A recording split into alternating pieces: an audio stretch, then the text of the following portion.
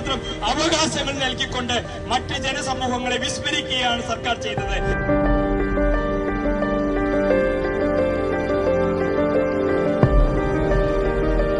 ഞാനിത് ഉദ്ഘാടനം ചെയ്തതായി പ്രഖ്യാപിച്ചുകൊണ്ട് സമരം വിജയിച്ചേ പറ്റൂ, അതിനെല്ലാവരും ഒറ്റക്കെട്ടായി നിൽക്കാൻ പറഞ്ഞുകൊണ്ട് ഞാൻ എന്റെ വാക്കുകൾ ചുരുക്കും.